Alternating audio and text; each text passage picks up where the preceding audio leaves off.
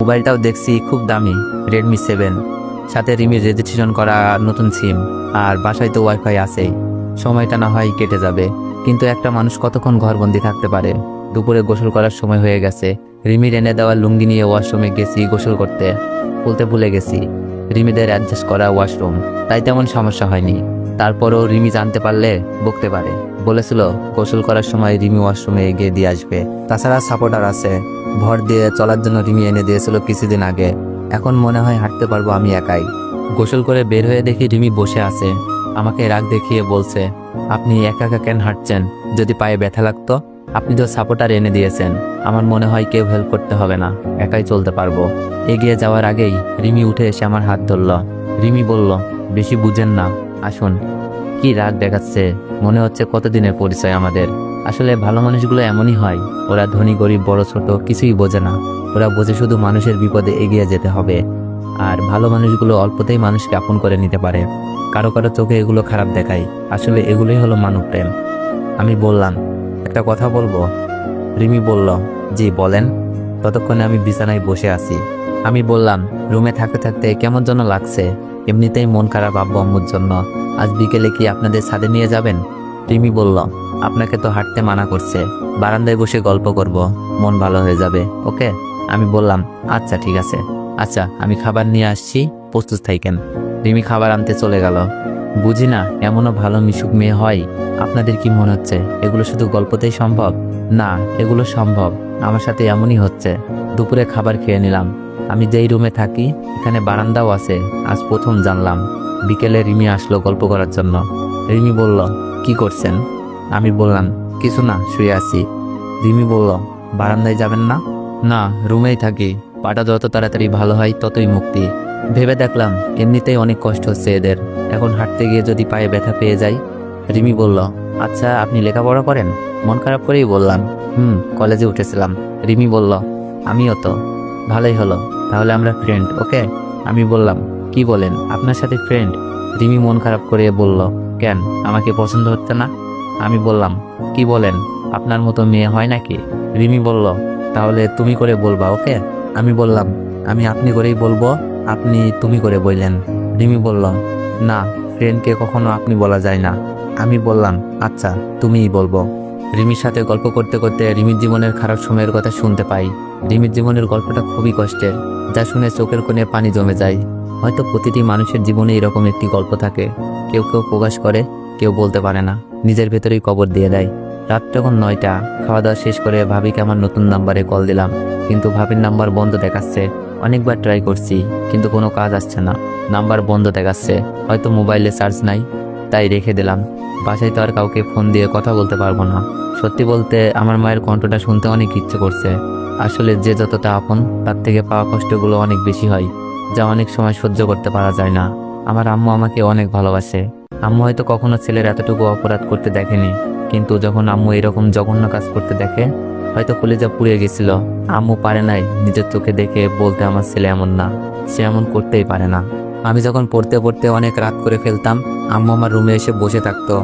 কখনো দুধ গরম করে দেয়, কখনো কফি এনে দেয়। যদি কখনো বলতাম, আম্মু আজ খাবো না, ভাল লাগছে না, আম্মু আমাকে নিজের হাতে খাইয়ে দিত, আর বলতো রাতের খাবার না খেয়ে ঘুমাতে নেই। খেতে বসলে সবচেয়ে ভালো খাবারটা আমাকে দিত। আব্বুর দেওয়া হাত খরচের পরেও আম্মু আমাকে অনেকগুলো টাকা ধরিয়ে দিত, আর বলতো আমার ছেলেটা না খেয়ে শুকিয়ে যাচ্ছে। আজ মায়ের আবদারগুলো খুব মনে পড়ছে। আম্মু বেঁচে থাকতেই আম্মু বলার অধিকারটা হারিয়ে ফেলছি। এর থেকে আর কষ্টের কি হতে পারে আমার জানা নেই। হয়তো যাদের মা নেই তারাই বুঝবে মাকে মনে পড়া কতটা কষ্টের। পরের দিন সকালে ফ্রেশ হয়ে নাস্তা করে ভাবির নাম্বারে আবারও কল দিলাম, কিন্তু এখনো নাম্বারটা বন্ধ পাচ্ছি। ভাবির মোবাইলে কি হলো, মন খারাপ করে বসে আছি। রিমি এসে বলল, অনেক মন খারাপ কেন? মন খারাপ করে বললাম, ভাবির নাম্বারটা বন্ধ পাচ্ছি কাল রাত থেকে। রিমি বলল, মন খারাপ করো না, হয়তো মোবাইলে কিছু একটা হয়েছে। আমি বললাম, কি জানি। রিমি বলল, অনেক, তোমার সাথে দেখা করতে আমার একটা ফ্রেন্ড এসেছে। আমি বললাম, আমার সাথে কে দেখা করবে? রিমি বলল, আমার এক ফ্রেন্ড। বললাম না। আমি বললাম, কিন্তু আমার সাথে কেন দেখা করবে? আমি তোমার কথা বলেছিলাম, তোমার জীবনের গল্প বলেছিলাম, তোমার গল্প শুনে তোমার দেখার জন্য পাগল হয়ে গেছে। এমন ভালো মানুষকে না দেখে নাকি ঘুমাতে পারছে না। রিমির কথা শুনে কেমন যেন হাসি পাচ্ছে, কিচ্ছু বললাম না। রিমি মেয়েটাকে রুমে নিয়ে আসলো। মেয়েটার সাথে কথা হলো, খুব ভালো লাগলো কথা বলে। মানুষের কষ্ট বোঝার মতো মন আছে মেয়েটার। বিকেলে ভাবিকে আবারও ফোন দিলাম, কিন্তু একই অবস্থা, বন্ধ পাচ্ছি। এভাবে কেটে গেল 2 দিন, কিন্তু ভাবির ফোন এখনো বন্ধ পাচ্ছি। বাসার সাথে যোগাযোগ কি তাহলে একেবারেই বন্ধ হয়ে গেল? তোমার প্রতি অনুভূতি গল্পের 6 নম্বর পার্ট। আর এই পার্টটি অনেক বেশি ইন্টারেস্টিং হতে চলেছে। তো চলুন বেশি কথা না বলে গল্প শুরু করা যাক। কিন্তু কেন, কি হয়েছে কিছুই বুঝতে পারছি না। এভাবে কেটে গেল 10 দিন। এখন আমি মোটামুটি হাঁটতে পারি সাপোর্টারগুলো নিয়ে। রিমির সাথে সম্পর্ক বন্ধুত্বের মতো হয়ে গেছে। আর আন্টির পরিবারও আমাকে একজন সদস্য মনে হচ্ছে।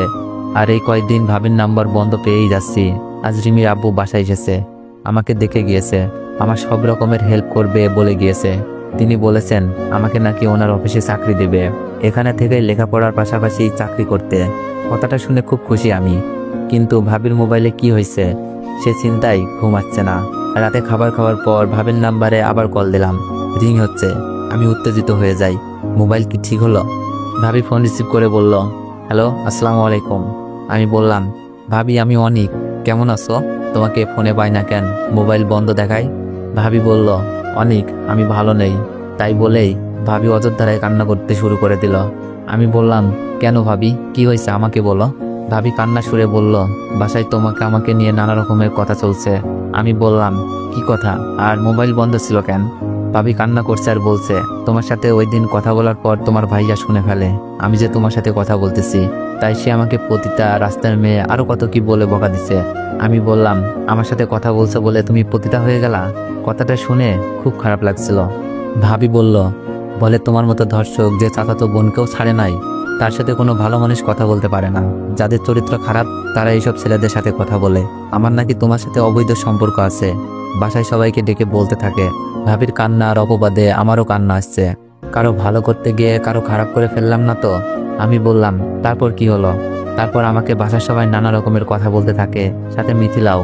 আমি সবাইকে বলি তুমি নির্দোষ ছিলে, তোমার কাছে ভিডিও ছিল, কিন্তু মিথিলা সুমিত জামের সম্মানের কথা ভেবে বলি নাই, আমাকেও বলতে দেয় নাই। ভাবির কান্নার কারণ হয়ে দাঁড়ালাম আজ। মিথিলাও কথা শোনাচ্ছে ভাবিকে, যার জন্য এত কিছু সেই এখন সাধু। এই কথা শোনার পরে সবাই তোমার ভাইয়ার সাথে তাল মিলিয়ে আমাকে বাসা থেকে বের করে দেয়। আমি এখন আম্মুর বাসায় আছি। এখানে আসার পর আম্মু আমাকে নানা কথা বলছে অনেক। এটা আমি কি করলাম? নিজের ভাবির সংসার ধ্বংস করে দিলাম। আমি কিছু বলতে পারছি না, শুধু কান্না করছি। আমার জন্য ভাবির সংসার ভেঙে যাচ্ছে। ভাবি বলল, অনেক কান্না করছো কেন? কান্না করছি আর বলছি, ভাবি আমাকে মাফ করে দিন প্লিজ, আমার জন্য তোমার সংসার ভেঙে গেল। ভাবি বলল, অনেক এইসব নিয়ে ভেবো না, তুমি ভালো আছো তো? কান্না সরেই বললাম, না ভাবি, তোমার কথা শুনে মনে হচ্ছে এখনই বাসায় এসে ভিডিওটা দেখাই, কিন্তু আমার কাছে তো এখন ভিডিওটাও নাই।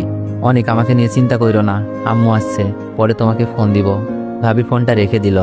ভাবির জীবন আমি কাল হয়ে গেলাম। ভাবির জীবন সুন্দর, আর মিথিলাকে শাস্তি দিতে ভিডিওটা আমার লাগবেই, যা মোবাইলের সাথে সাথে হারিয়ে গেছে। তাহলে কি আমাদের আর নির্দোষ হলো না, নাকি সারা জীবন অপবাদ নিয়ে বেঁচে থাকতে হবে? আমার কথা বাদ দিলাম, ভাবির কি হবে?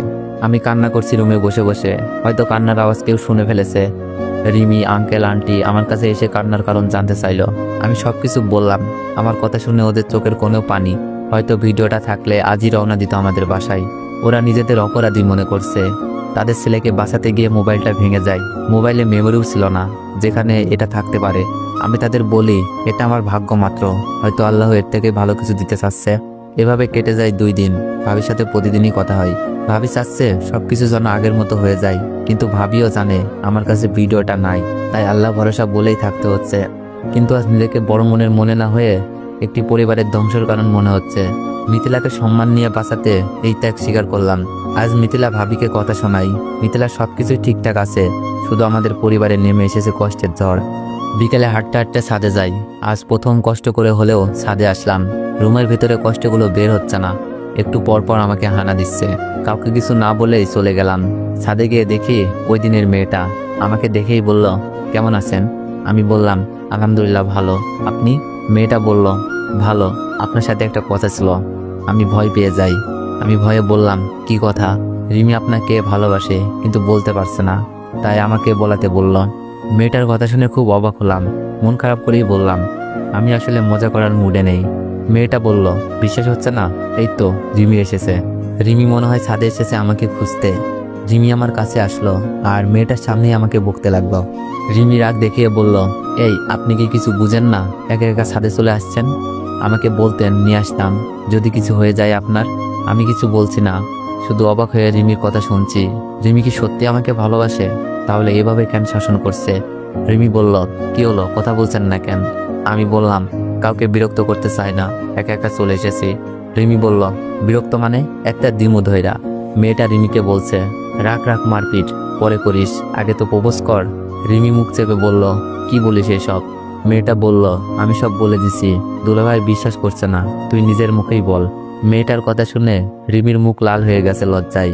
রিমি বলল, অনিক, আমি তোমাকে ভালোবাসি, তুমি কি আমাকে তোমার ওই বড় মনে জায়গা করে দিবা?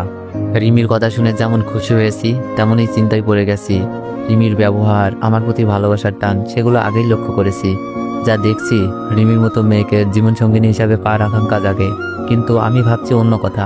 রিমিকে পরে বলবো বলে ছাদ থেকে চলে আসি আর ভাবতে থাকি রিমির সাথে রিলেশনে যাওয়া আমার ঠিক হবে কিনা। তো এভরিওয়ান, নেটওয়ার্ক চাইলে একটু বেশি বেশি কমেন্ট করুন আর একটু বেশি বেশি কপি লিঙ্ক করে দিও। আর যারা যারা ইউটিউব থেকে ভিডিওটি দেখছেন সবাই একটু সাবস্ক্রাইব করে দিন। ধন্যবাদ।